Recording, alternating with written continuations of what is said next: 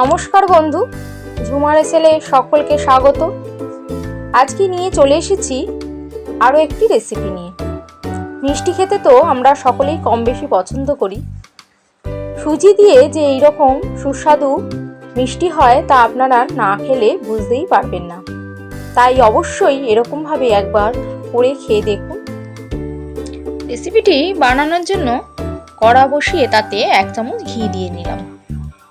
ঘিটা গলে গেলে তাতে দিয়ে দেবো হাফ বাটি সুজি, আর ঘিয়ের সাথে এটা খানিকক্ষণ নাড়াচাড়া করব। সুজিটা একটু হালকা করে ভেজে নিতে হবে, তবে যেন বেশি লাল না হয়ে যায়।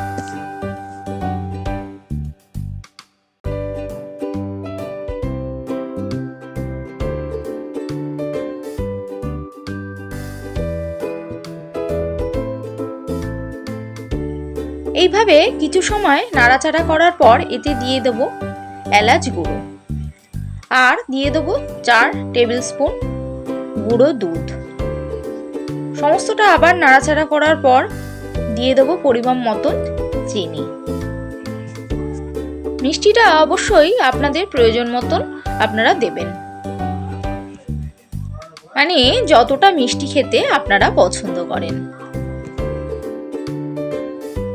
আমি আরও হাফ টিস্পুন ঘি এর সঙ্গে অ্যাড করে দিলাম। এরপর দিয়ে দেবো আগে থেকেই গরম করে রাখা দুধ। দুধটা অল্প অল্প করে দেবেন, খুব বেশি দুধ এতে লাগবে না। যতটা পরিমাণ দিলে সুজিটা মাখো মাখো হবে ততটাই দিতে হবে।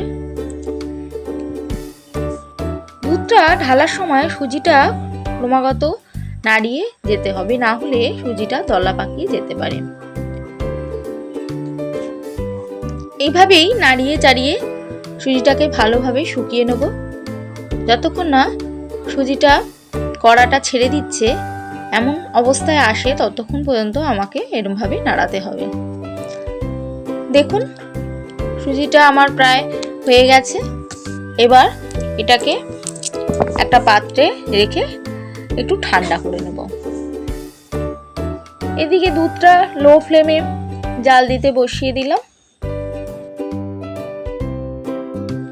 এটা হালকা ঠান্ডা হয়ে গেছে, এমন অবস্থায় আমাকে লেচি করে নিয়ে যে কোনো একটা শেপ করে নিতে হবে।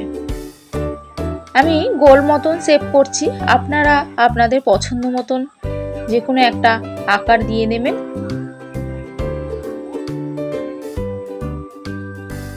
দুধটা ভালোভাবে ফোটাবো যাতে ঘন হয়ে আসে। এই ফোটানোর মাঝখানে দিয়ে দেবো 4 থেকে 5 চামচ গুঁড়ো দুধ এবং ভালোভাবে নাড়াবো যাতে গুঁড়ো দুধটা দুধের সঙ্গে গলে যায়। গুঁড়ো দুধটা অপশনাল, আপনারা দিতেও পারেন নাও দিতে পারেন, তবে আমি দুধটা একটু যাতে ঘন হয় সেই জন্য গুঁড়ো দুধটা ব্যবহার করলাম।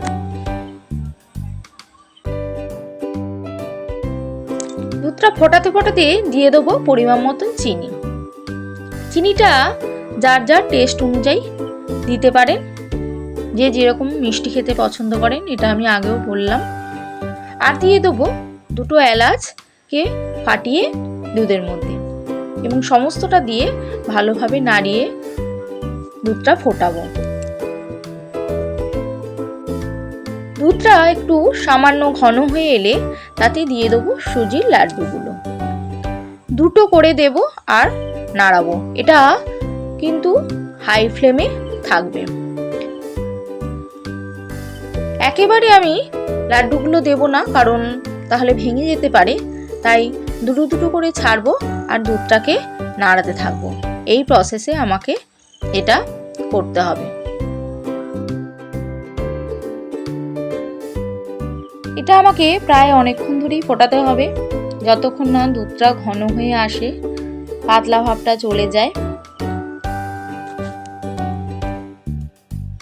সবশেষে দিয়ে দেবো কাজু কিশমিশ, যেটা আমি ছোট ছোট টুকরো করে রেখে দিয়েছিলাম।